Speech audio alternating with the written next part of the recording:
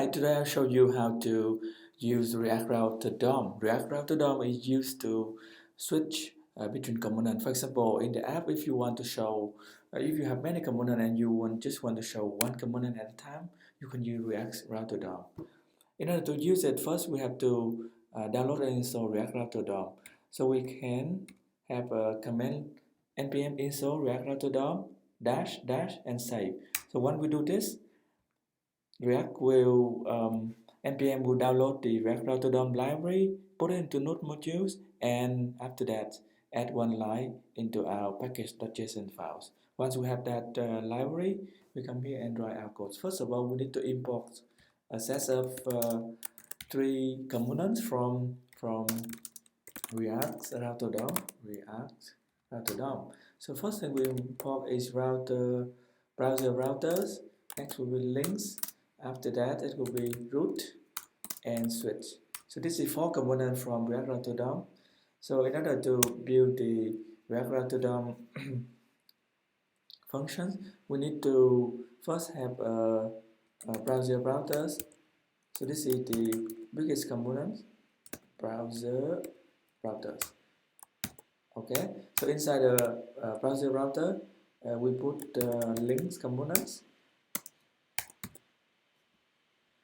and after that we put root components. Okay, so link components, in the root component we put the switch component, so that it means that we can switch between different root when user click on different links. So I have a switch components outside like this.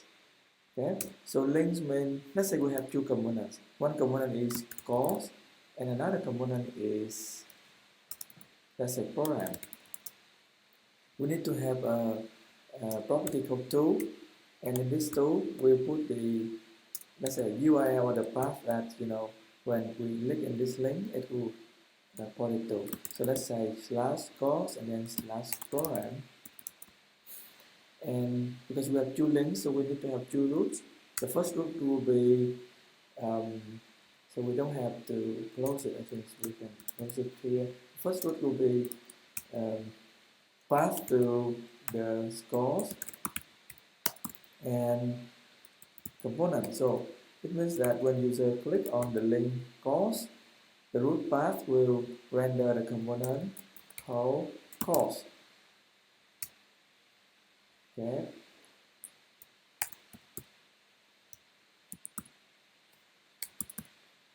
And similarly for the other component path, if user click on the program, we'll show them the program components. Program. So our component programs and calls look very simple. Program will display a list of programs, and component calls will display a list of calls like this. Okay, when we do it, we npm start our code. Now we go to the web browser and open the localhost 8080. And in here we should inspect and console to see if there's any problems.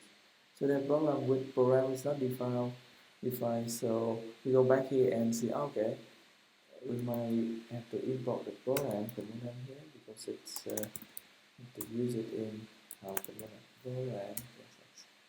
JSX. Okay, save and then go back to the browser.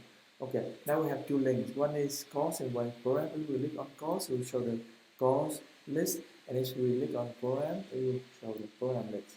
Thanks for watching.